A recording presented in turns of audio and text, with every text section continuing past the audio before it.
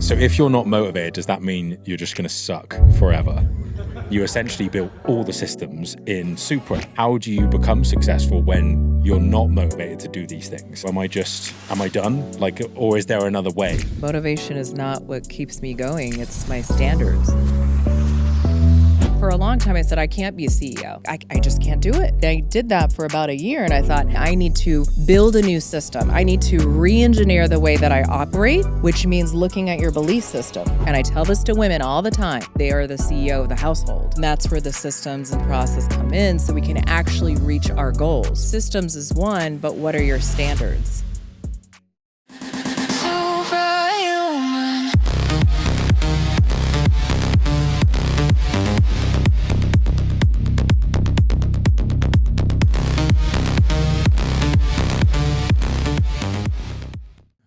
So if you're not motivated, does that mean you're just going to suck forever? So we can talk about, because we talk about motivation a lot. You talk about motivation more than anyone I know. And fiber. Yeah, motivation and fiber is basically what your PhD If I'm going to do a in. PhD in something, I may as well try and use it to some degree. Yeah. Because I know as soon as we mention the word motivation, your hands start moving around, Yeah. and you're like, well, we talk about He's like, oh, motivation. I'm excited for this one. Yeah, It's my turn. Yeah, Get me on, coach. But this is like a really good topic because a lot of our clients aren't motivated. Mm-hmm. They're not into fitness. They're not meatheads. Like us and John, like we talk about. And I think a lot of times, even on the female side, Supra Woman, because we do emphasize resistance training, for all the benefits, but they don't like to do it. And so I think sometimes you can almost feel a bit defeated where you're surrounded online by the David Gogginses of the world, where it's like, if you're not motivated, you're a bitch, you're a pussy, like, you need to get after it. And then you feel like, well, I don't feel like that. So am I done? Like, or is there another way? And that's where, like, we always talk about like systems.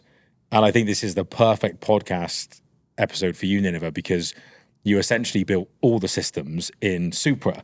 And I think what we were essentially running off was like motivation to just be awesome. And then it's like, we're running out of this real fast. Yeah. And it's like, well, we need something to replace it. And that's when like all the systems and processes come in. Yeah. And so I think it's like a really good conversation to talk about the comparisons between business and your own health when motivation, will get you maybe through year one of business, like maybe year two, where you're just like, I don't know about year one. Yeah. So maybe a few months. Like anxiety got me through year one. Yeah. I love that. Fear. Yeah. Everyone asks for my macros. It's like stress and anxiety. It's like it gets me through.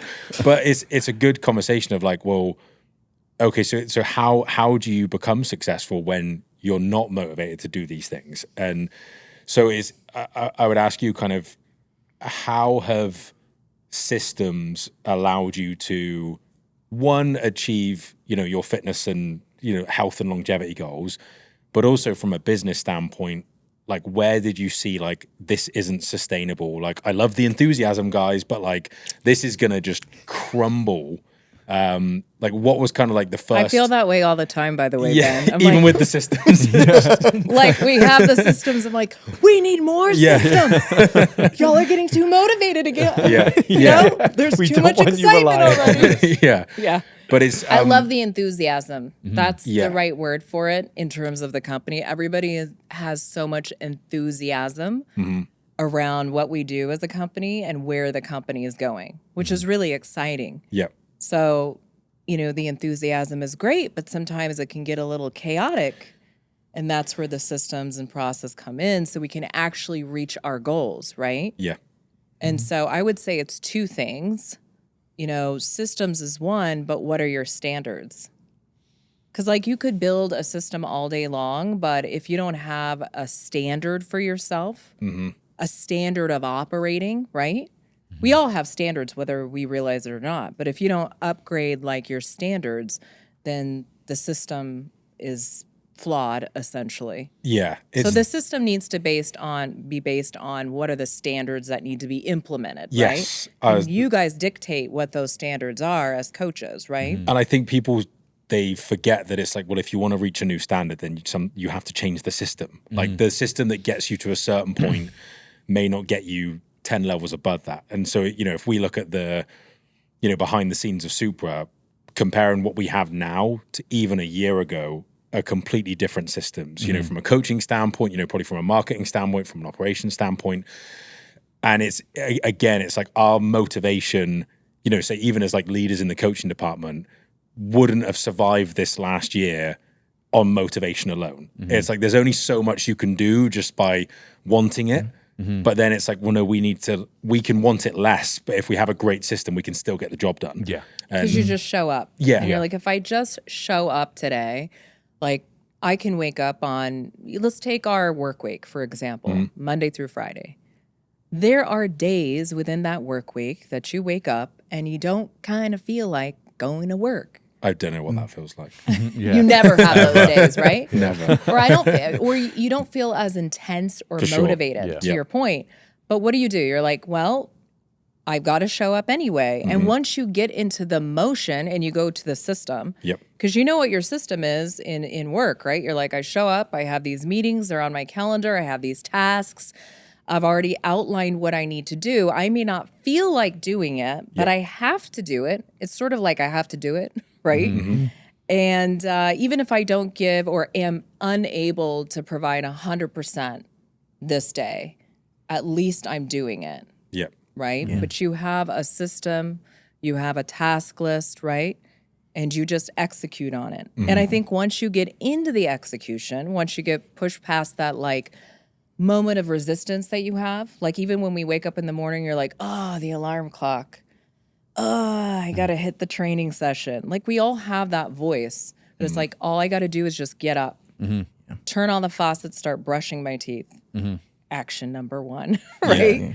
Or set myself up for success the night before by laying out your workout clothes or whatever it may be. So I'm sure you go through this with these are like the clients. systems we talk about as well, isn't it? And it's like, if someone says to me, I'm not that motivated to do it, I don't often go, well, how can I motivate them more? I often go, well, how can I put systems in place to make it easier for them to do it? So they don't have to be as motivated to get the job done. And like, I think that's where a lot of like, say you say a businesswoman who is also a mother. So say yourself now, for example. It's like you've come into a program and then it's like now you're expecting to be really motivated to just do all the fitness things, to make all these big changes, whilst also being motivated to run your business, whilst also being motivated to spend time with your kids, whilst also being motivated to still have a good relationship with your spouse. And it's like, how motivated do we intend on being? Like that's a lot of motivation to rely on. Or once you've put systems in place to where like you don't even need to be that motivated, you just get up and do it, and it just sort of happens as like a byproduct. Now your motivation can go up and down because on days it's high, days it's low, months it's high, months it's low. But either way, it still happens because the systems are in place. For women, I think it's a challenge, and I can only speak from experience. And prior to becoming a business owner, I was a corporate executive. I was employed for a couple of decades before I became an entrepreneur. So I understand the challenge of, carrying the load of a full-time plus job, because we all say full-time, but it oftentimes goes over full-time status for a lot of us, right? As high performers and high achievers, that's also part of our wiring and personality. And then becoming a business owner, similar challenges. What you're dealing with is like, okay, I'm a mother and I have responsibilities here. I'm a wife. We've got the household.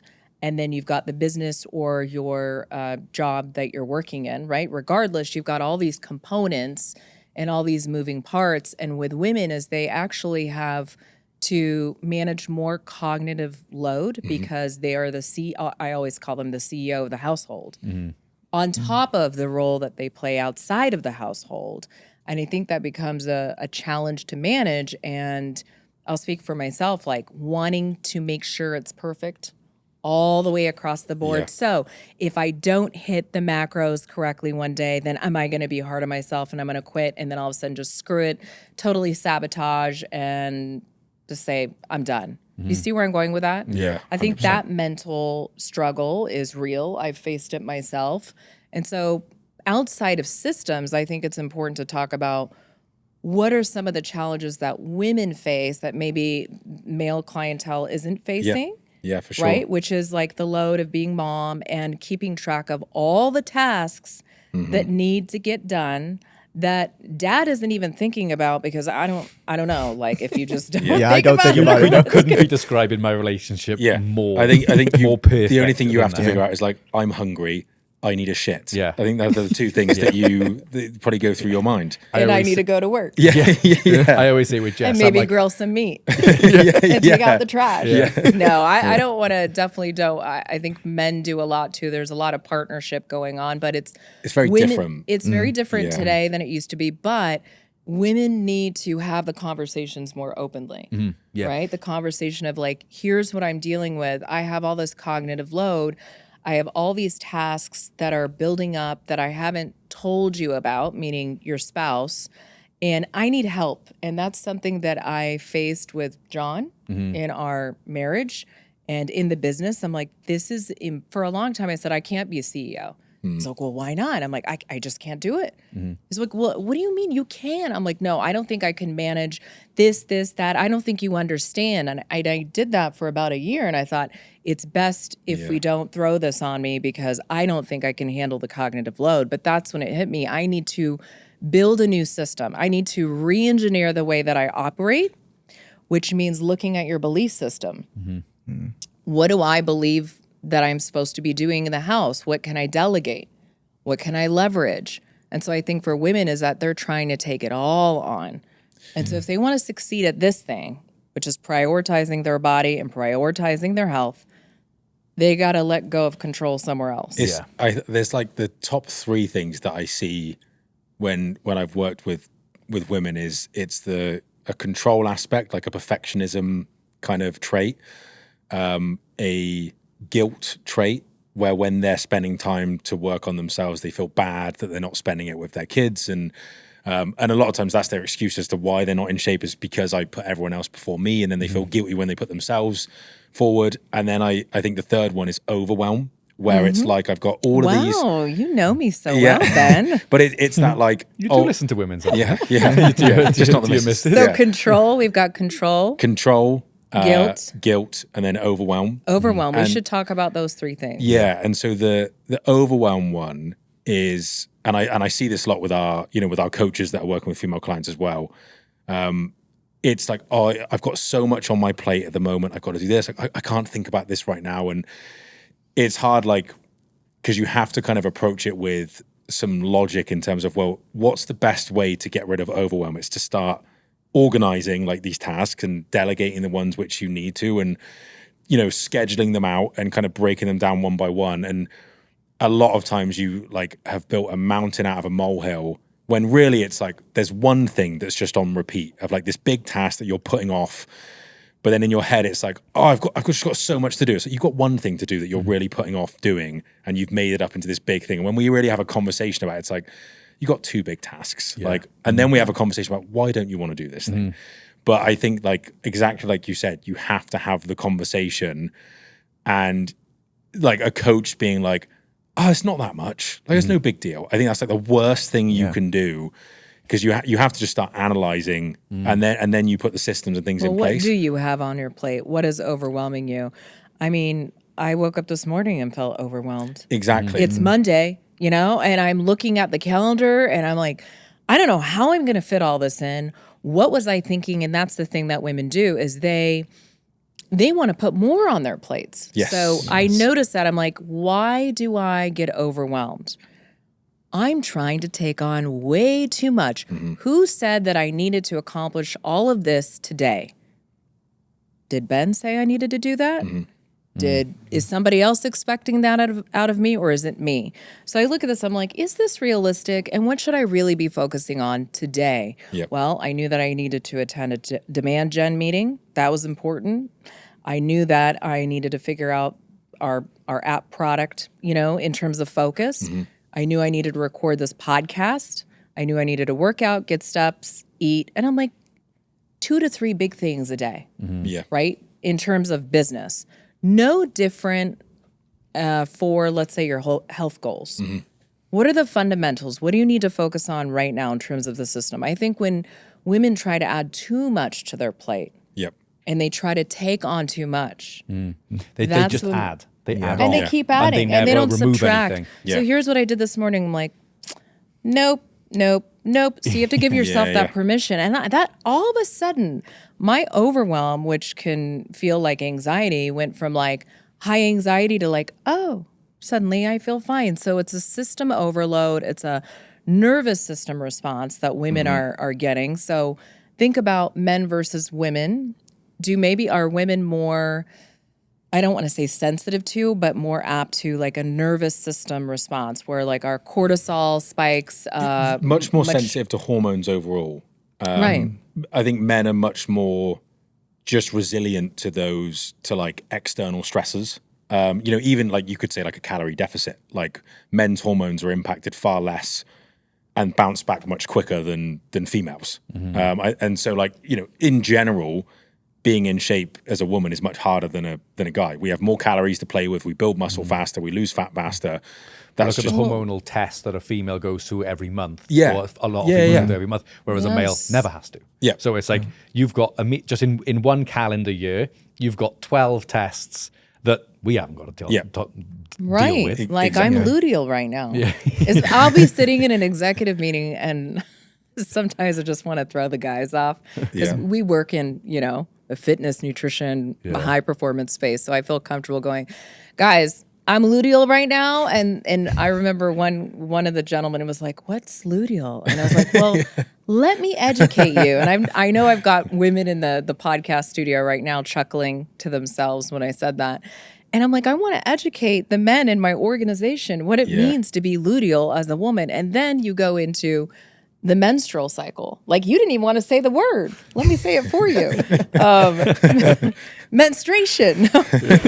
So women have different, obviously biological makeup than men do. And so we're challenged by different things than men. And, overwhelm is one. And I think it's just a result of taking on too much.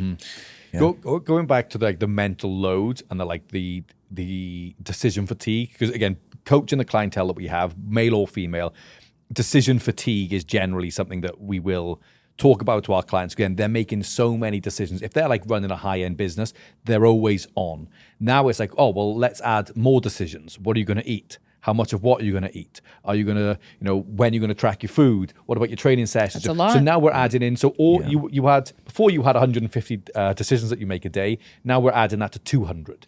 So it's like, well, you're obviously going to feel more overwhelmed because now your thinking capacity has got this massive load on. And like if I think about like with me and my wife, if someone says to me, can you do something in Feb? I message her. What have we got on this date? Because I don't keep tabs of that stuff. She does. All the bills that we have in our house, I don't know one of them. She knows them all.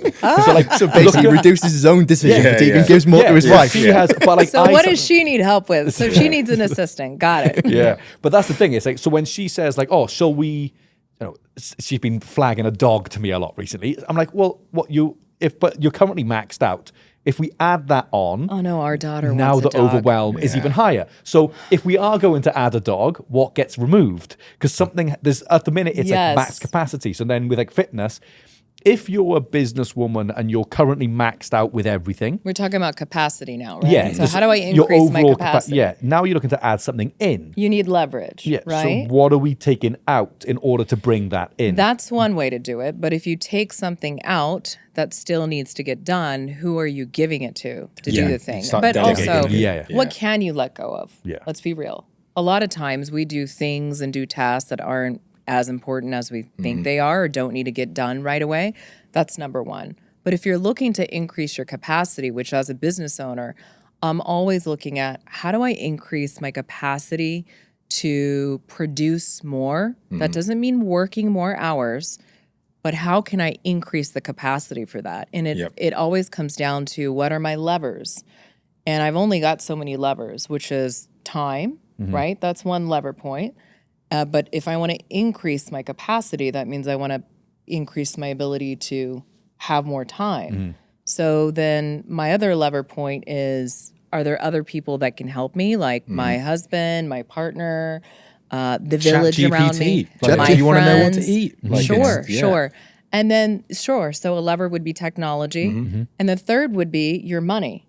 Okay, how do I leverage my money by taking these tasks that I'm currently doing and paying someone else to do them? And I can only say as a business owner, and I tell this to women all the time, let's start with the cleaning in the household. That was Can we just on start my there? mind. Yeah. Can we start there, ladies, please? I understand, and this is a struggle for a lot of women. I just got a message yesterday from an early entrepreneur. She's like, I'm really struggling. You know, I'm an immigrant. My culture is Indian. And I'm like, I hear you. I'm an immigrant. My parents are from Iraq. I grew up watching my mother clean, cook, do the dishes, and work. She did everything. But no wonder she was stressed out, right? Now, you may think that that's what your role is, understandably because of how you were raised and our culture, but you're going to have to rewire that belief system. You're going to have to realize that your time is better spent on other tasks that will produce more value than cleaning the dishes. And I said, but here's the key. Start small. I know you can't wrap your head around having someone come every week, let's just say. Depends on your income, okay? Y'all don't want to know how much leverage I got. I got to have all the leverage in the world. And I'm transparent about it. It's like, Nineveh, how do you do all this? I'm like, well, somebody has to come help with the cleaning. I don't clean. I don't cook. I focus on the most important tasks. So I utilize the money to leverage. Now, you can do that on a smaller scale, depending on your income, because I remember when I was only making $100K a year. And that was the first thing that I leveraged out, was somebody to come help us clean every other week. And then I increased it incrementally. And I started to value my time more and started to focus on how do I produce more income or more of this instead of, do you see what I'm saying? Yeah. Okay, Yeah, because the 100%. cleaning was taking me away from doing this. Yeah, that's the first one. It's like me and Jess have spoke back home. It's like, oh, I want to. So again, let's talk it from a fitness standpoint. It's like, I want to start going to the gym, but I don't have time. Okay, how much time do you spend cleaning? Well, I clean on a Monday, Wednesday, Friday for an hour in the morning. Okay, well, if you now pay someone to do that cleaning for you, you have now freed up 3 hours of your time. And how does she which feel you about can that? spend. And well, these are the conversations that we have. Whenever I say about add, it's like we need to delegate something to free up time to be able to do that one. But I think a lot of people, they just always add it on, add it on, add it on. And then they're like, now I'm overwhelmed. And it's like, well, of course you are. Your pot was full and then you add it on top and it's overflowing now. And now you're overwhelmed and the things aren't happening. Do you know one of the things I found because I had a conversation with a client about that as well. And it was actually cleaning. And the response was that, but they don't do it as good as what they could do it. So they wouldn't delegate it. And then we had a conversation. It's like, well, really? Even if it's not as good as how you would do it, Is it good enough? Is it good enough? Because the value of that task is not very high. And you can, as long as it meets the standard, as long as it's fairly clean, you can put your skills into tasks that are actually important. And then it's also, a lot of times, it's not that it's not good enough. It's just that it's different to how you do it. Yes. And it's because it's that You gotta control. let that control It's go. well, they don't fold the clothes right. It's like, does it, are you just clinging on to something because you're just not willing to let it go? What you can do though is this is how I do it in the household. So our crew has been with us for 5 years now. And they didn't always help us as much as they do now. So they've kind of become part of the family. You know, I'll get my morning text from the house manager, hi, familia. It's just like one big happy family. And what you do is you just provide feedback. Yep. Hey, I noticed this, you're doing amazing. Could you change the way that you're cleaning this? And that's where an SOP comes in handy. Yeah. System. So that's a system. And then you're clearly articulating your standards to somebody cleaning the household. And then you're both on the same page about expectations. But you know what? I understand. This is my belief now. Everybody can do it better than me. Do you want to know how I've grown the business? Everybody is smarter than me and everybody can do it better than me. That's the secret sauce right there. If you can let go of control and just get really good at having conversation and providing iterative feedback, like a feedback loop system, then that's where you find freedom. Yeah. Right? I think as well, the other thing, relating to those three things, like control, guilt, and overwhelm, is you can still have those feelings and do the thing. Like, it's like I can feel anxious and still go about my day and do my tasks. Like, I might not feel great doing them, my heart rate's up, but I can still do them. Like, I can feel overwhelmed and I can still start like my day. Like, I can feel like I'm letting go of control and I can still let go of control. I can feel uneasy about it, but I can still do it. What are you going to do? Lay in bed and be anxious? Like, that's worse, And right? I feel like this will probably be, probably better coming from you than me, because like, we did an episode on kind of why men are so soft at the moment, and part of that was like the mental resilience. But like, for me to say to like a female client, like, you need to just buck up, like, and just get over it. But like, sometimes that is what they need. Is like you're 100%. You're so overwhelmed by this like completely trivial thing, and I like, to my brain it just baffles me, and I'm trying to figure out the way to like communicate this for them to like say to me, like, I need to just get over this. And I'm like, right, you do. Yeah. But sometimes it's just like, you need to just move the fuck on. Yeah. And it's, I'm just so stressed. It's like, I'm fucking stressed and I can still go about my day. Like, I'm tired. I can still do this. Well, watch the way that you speak, right? I'm stressed. I am anxious. Those words carry energy and power. Yep. And so it's like, okay, this morning I woke up, like I said, I'm like, man, I'm feeling overwhelmed. I'm like, Nineveh, your language. I'm feeling happy. Like, I just start like tricking myself out. No, you're not overwhelmed. Like, you can reduce some stuff. Or I'm feeling a little anxious about being on the podcast with the guys. It's like, no, you're just excited. You're excited to see them. You're excited. You know what I mean? It's the body preparing itself for performance. And so I think the reframe is very important. But I think guilt is a real one, right? Yeah. So I for when it comes to women, and when you guys talk about men being too soft, I think it's no different for women, where sometimes I say, you need direct talk. I got to be real with you right now. In fact, that's the way that we advertise. It's very direct. It's very like, I'm going to call you out, because we do need to be called out. Yep. Not in a like shameful way, but in a way that's going to get our attention and make us listen. So like, when me and John are like getting into it, he's not like being soft about it. He's like direct, and I'm direct, and I'm like, okay, you got my attention. Yep. Let me put my big girl panties on. Let me start. Like, there's a time and place for like, oh, I'm so overwhelmed and I'm so stressed. And then it's like, okay, but is that helping you? Yeah. No, let's get into solutions. The big one I get from with some female clients, when like, say like they go a week or two and they haven't tracked their food, they haven't done their workouts, and maybe they've missed the check-in, and I'm reaching out and they'll say, I've just been focusing on myself the last 2 weeks.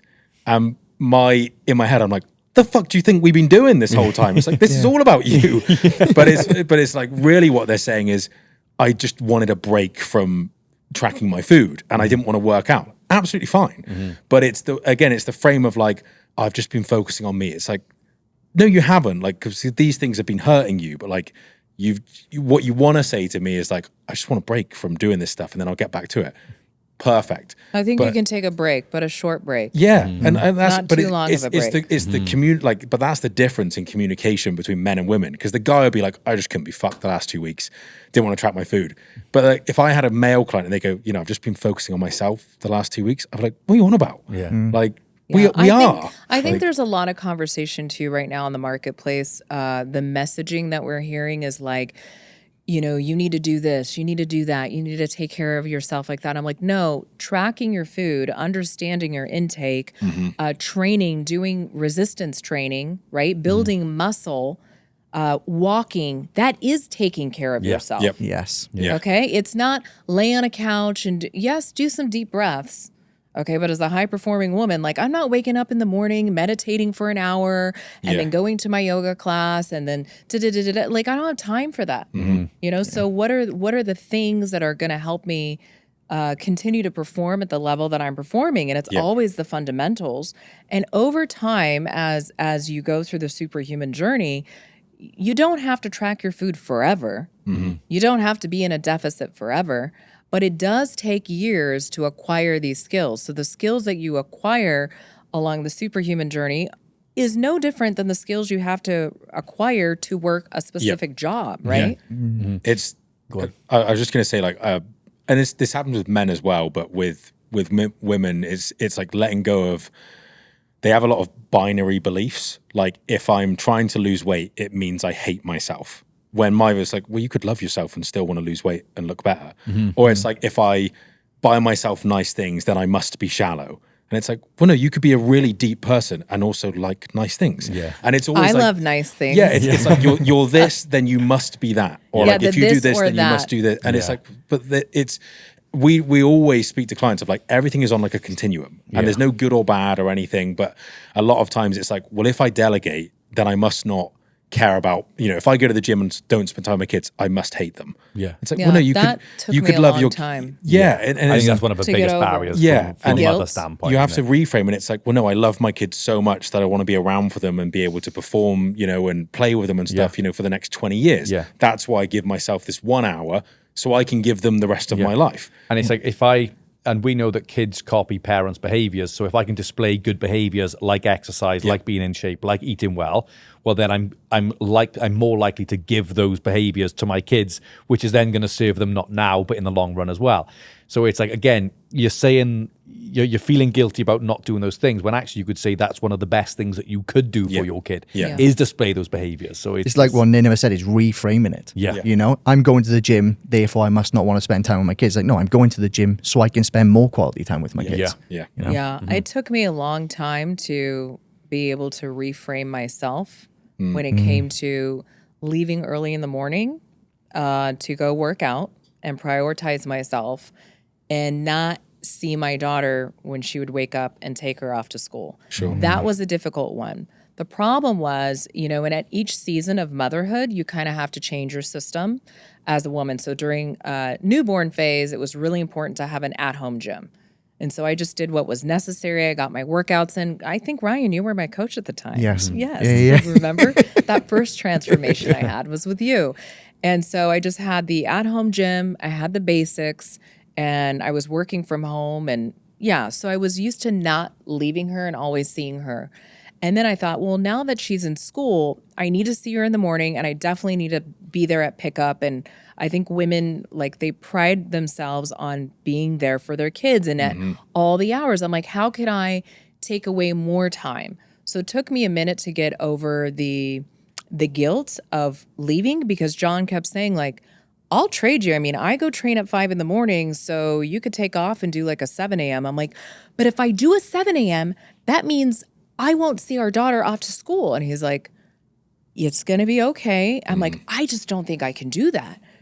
He's like, why not? I'm like, what kind of a good mother does that? And he was just like, are you serious Again, right it's now? like the belief of good mums see their daughters in the morning. Yeah. And it's Every that- single and that's the- morning, and that's 5 the- days a week. Yeah. So that was a transition that I had to make. And I was like, once I started doing it, I was like, what the hell? Why didn't I do this sooner? This is the best thing ever for me mentally. And then what my daughter does now is she's just, mommy goes and works out. She's training her muscles. And she sees me do that, and she has an iPad, and she'll send me a message while I'm done with the workout and I'm on the treadmill getting my steps. She's like, hi, mommy. She left me a voice note this morning. Hi, mommy. Just getting ready for school. And I hope you have a fabulous day, because I'm going to have a fabulous one. And That's brilliant. And that was so cute. And she sent me this little I love you thing. So I go, well, I got that moment. And it's because, do you know what I'm saying? So that's the reframe, is that you will get something positive of prioritizing yourself. And sometimes we use it as an excuse, though. Even an extreme example, my parents got divorced when I was around 10, 11. And so I saw my dad less. But then the time that I did spend with him was 100 times higher quality than I'd ever spent with him when my parents were married. Yeah. And so it's if he had the belief of oh no, now I can't be a good dad because I'm not going to see my kids every day. But it's he was a far better dad when they got divorced. And I would, even if I saw him at weekends, it was 2 days of undivided attention from my dad, which I never got when they were married. And so there's so many beliefs that you don't even think to question. And then it's where's that come from? And normally it's our parents or culture or something, but you have to be brave enough to just challenge the status quo and be what if that isn't true? And maybe you're wrong. Maybe you stop seeing, Jasmine in the morning and you're I hate this. and you go back to it, but you'll never know until you actually, and it's like, well, now I know for fact, like, and I'm objective about it. It's not, Well, it's only 3 days a week. but it's You know? but at least it's like you've got data then to be like, I tried it, it didn't work. Yeah. Versus like, no, I'm never going to try it because of this made up belief that I'm refusing to let go of. And sometimes it's just like, just questioning yourself, which can be hard because a lot of people would view that as like a weakness of like, you're always doubting yourself. It's like, I'm not doubting it, but I think being critical of yourself is one of the biggest strengths you can have with like to improve your performance in anything. Is to be able to think critically and be like, well, why do I do it this way? Maybe I'm wrong, and I can try a different way. I think as well, if you look at like what is the worst case scenario, well, I can trial it and I can always go back if it doesn't work. You know, so like that's a question I like to ask myself. What is the worst case scenario? Oh, it didn't work as I planned. All right, I'll just go back to doing what I did previously. Yeah. Yeah. I always do that. It's what's the worst case scenario, and can I tolerate that? Yeah. And if the answer is yes, well, then I'll try it. Yeah. Because it's like, I know, well, if the answer to that is no, I couldn't tolerate the worst case, we'll probably not take the risk then. Maybe just don't do it. Yeah. Well, what's interesting is like we started off by talking about motivation and systems, but I always say, you know, the magic in the coaching that we do is helping people challenge their belief system because behavior modification, because at the end of the day, that's what you guys do is behavior modification. We're trying to modify someone's behavior to get them a better outcome, right? And that's not an easy thing to do. That does come with challenging someone's belief system and really working with their current what we call mental models and helping them shift those mental models to their benefit. And so I think that's the real magic in what coaching can do for you because you know, the information is free. You can find the information about what's healthy to eat, what's not healthy to eat, what kind of maybe exercises to do. Although I will tell you this, the longer that I train, the more I realize how wrong I was doing it before. And I'm like, oh, I'm really supposed to do it. So there's just so many benefits to getting that one-on-one coaching, right?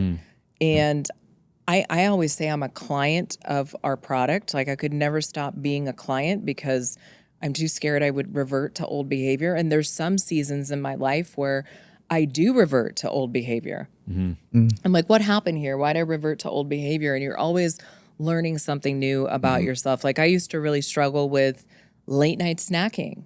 I call them snack attacks. Some of that can come from stress. You got who's got the snack attacks? The late night snack panic attacks. You got snack attacks. I'm gonna steal that now.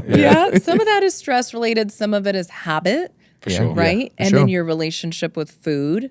So for me as a female, I really had to work on my relationship with food. And a lot of that relationship comes from like scarcity thinking, especially when we go into diet mode.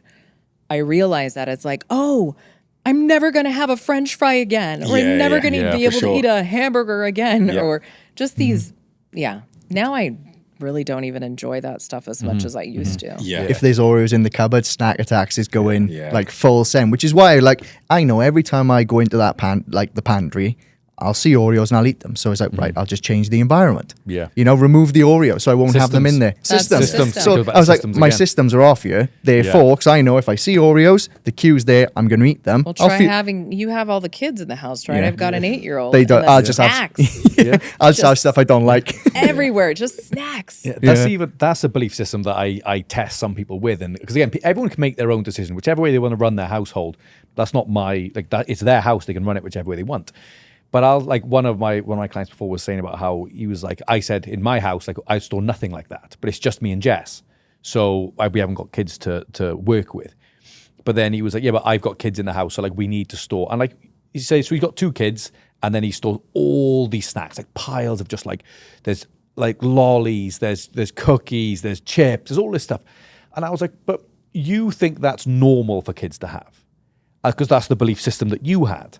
But now, because you've normalized the behavior of surrounding yourself with all this food, you now have trouble managing your body weight now in your 40s.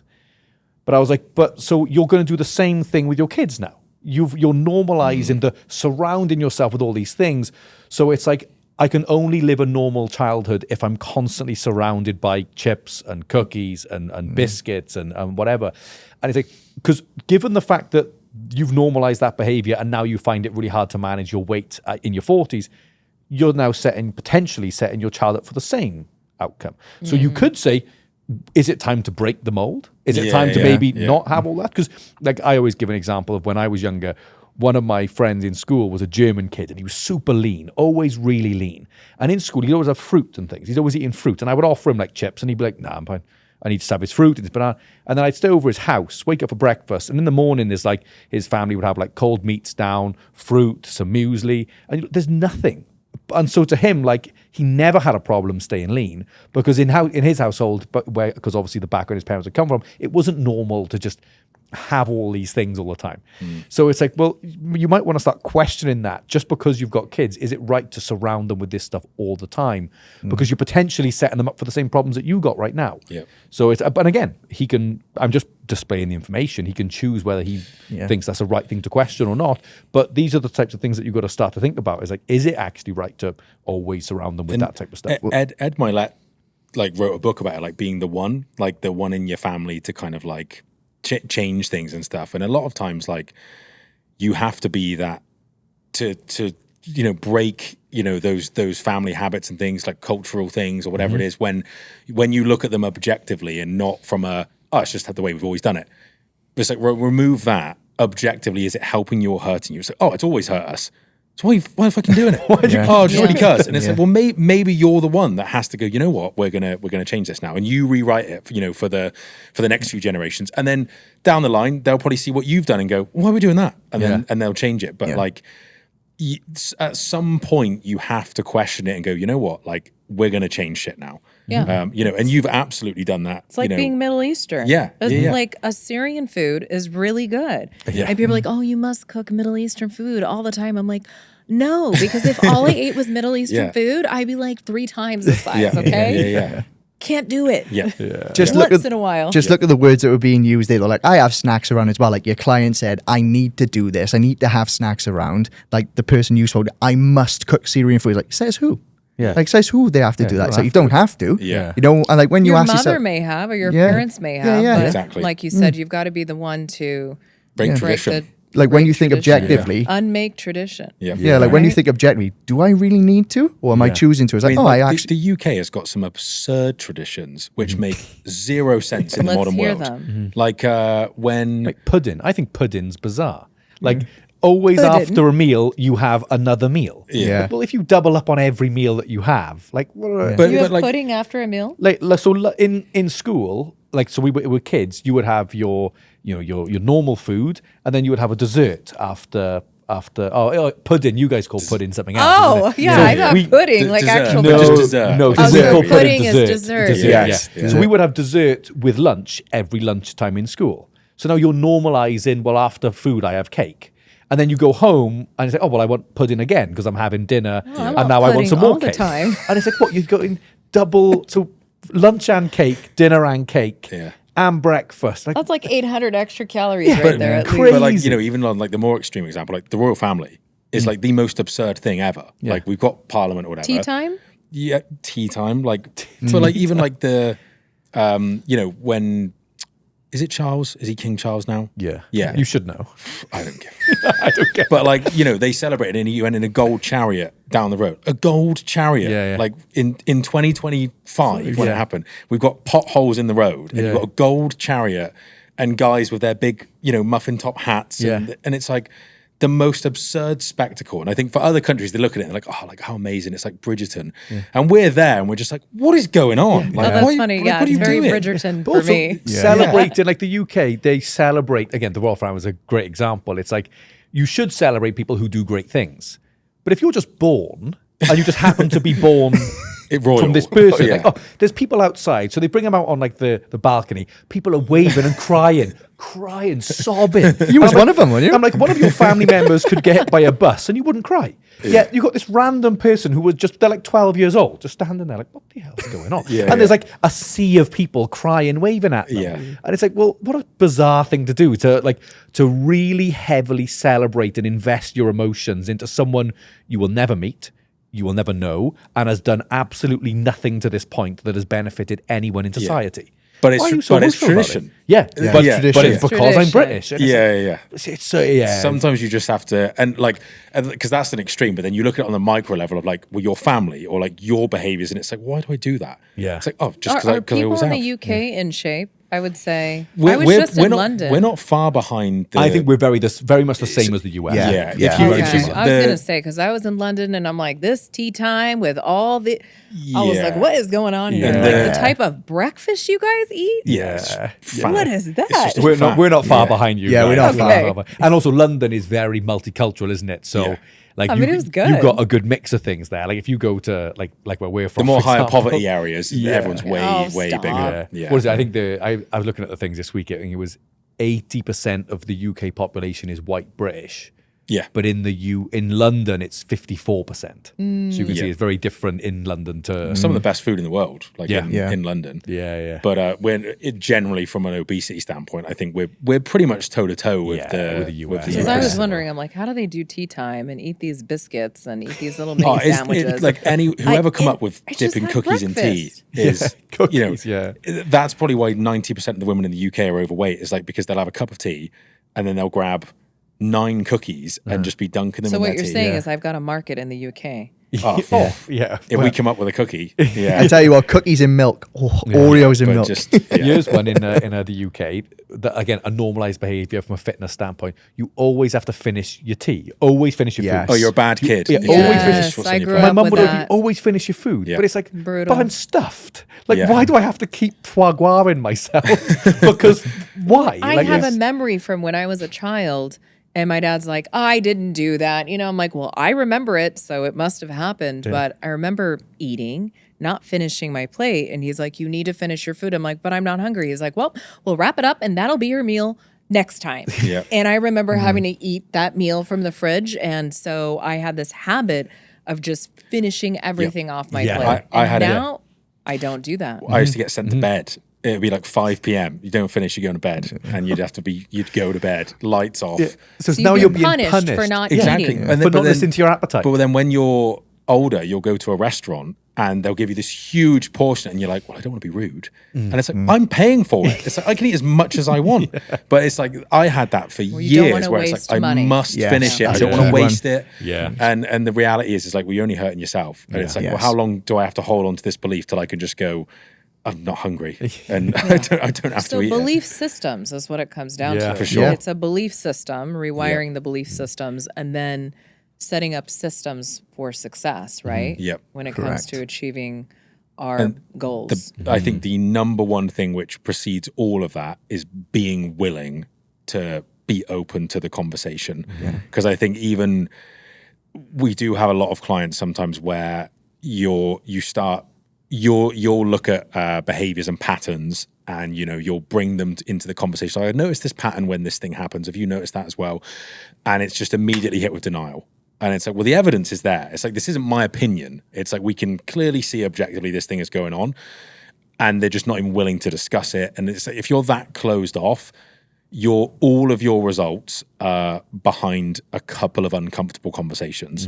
But because you're not willing to just feel that uncomfortableness, whether it's shame, embarrassment, or whatever you think is going to happen, which rarely does, you'll never get to the other side because you're not willing to have that uncomfortable conversation.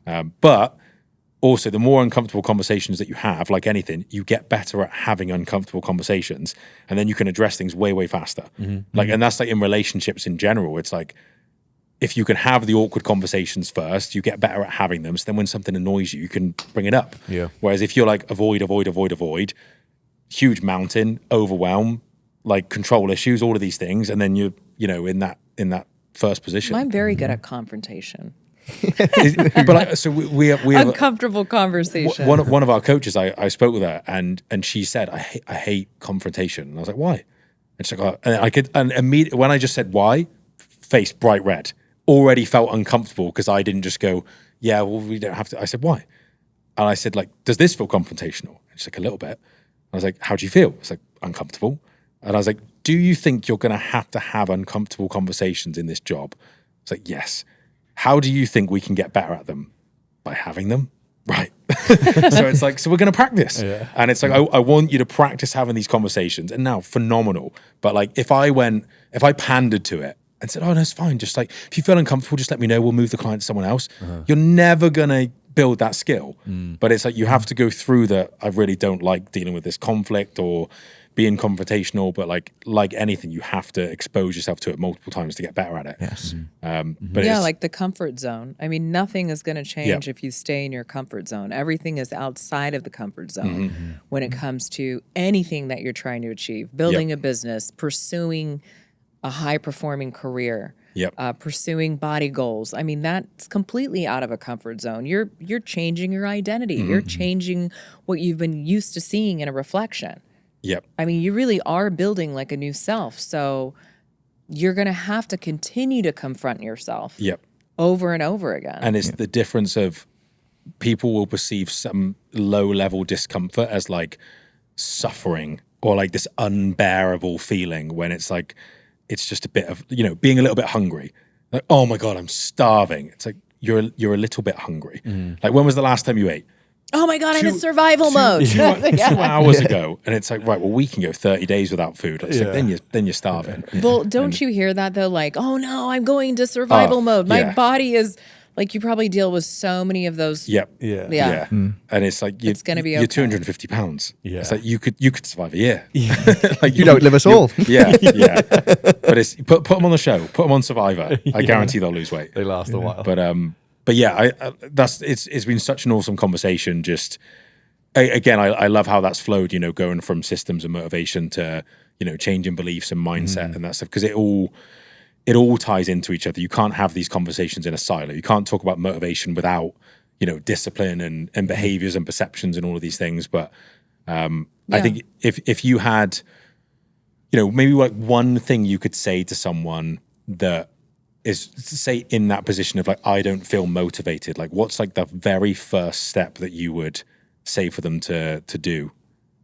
I don't always feel motivated. Motivation is not what keeps me going. It's my standards. So what are your standards? Do you have low standards or high standards? I think it comes down to whether you accept mediocrity in your life. And I don't accept average. I never have. And so I don't have to be motivated to do something. I just know when something doesn't meet my standards, and I go to work to improve whatever it is that's not meeting the standard. But I think if someone's not feeling motivated, it's just, well, nothing's like less motivating than not changing long term, right? So whatever you're avoiding right now is going to be much more challenging to face in the future. You know, that avoidance, that resistance, like all those emotions that you're giving into because you're not motivated. And I always say this, like, I'm not here to motivate you. By the way, as a female, I'm like, I am not into the rah-rah motivation stuff because that feels good. That looks good, but it's performative. It's smoke and mirrors. It's smoke and mirrors. It's completely fake. It's complete rubbish, as the UKers would say. It's BS. It's bullshit. So I'm not here to motivate anyone. Like, motivation isn't the problem. I always say motivation isn't the issue. I don't know when I'm ever motivated, you know? I sometimes wake up tired or unmotivated. So my message is like, what do you want? And how bad do you want it? And what are you willing to do to get it? And then realizing that if you're not getting the thing that you want, that you're the only person to blame because you're not putting in the work, right? Because we see this happen is like, you can give everything to someone, whether it's a client or an employee or a kid, right? Like, I'm giving you all the keys to success. I'm building out the system. I'm giving you the frameworks. I'm giving you that. But if you're not going to do it, then who's to blame but myself, right? So anytime that I am not getting what I want, I always have to look in the mirror. I think the mirror is the ultimate truth teller. And I'm not just talking about a physical mirror. So yeah, the physical mirror when it comes to your body, but even the mirror when it comes to, let's say I'm facing a challenge in business. I'm not like, oh, Ben did this thing to me. I'm like, what did I do? How am I behaving? Is there something I said, or is there a belief, or is there something I need to change about my leadership? to help improve the situation. And so, yeah, I don't know if that was a helpful No, answer. like that It's just introspection, like the looking at yourself introspection. first is everything. Like you said, I mean, people may call that being hypercritical of yourself, but I think being self-aware is key. Like I can't handle it when people lack of are not. self-awareness is even just like when people stand in the way. Like Listen, drives me crazy. You can't work with people who aren't self-aware. So I don't even hire people that aren't self-aware. You don't have any level of self-awareness? How can I even coach you to become better? Because you're just going to blame everybody else. Do you see where Yep. So Awareness is the first step to change, isn't it? Yeah, awareness first step to 100%. change. So if you're not self-aware, you're not going to change anything. Like you Exactly. already like I'm good the way I am. So Yeah. Yeah. Well, that's a good way to end it. The end. Nineveh, thank you so much for jumping on. And Thanks for having be me. sure to like and subscribe, and we'll see you all next time. If you love this show, please like, share, and leave us a 5-star review so that we can help more people. I'm John Madsen, reminding you to always go get what's yours.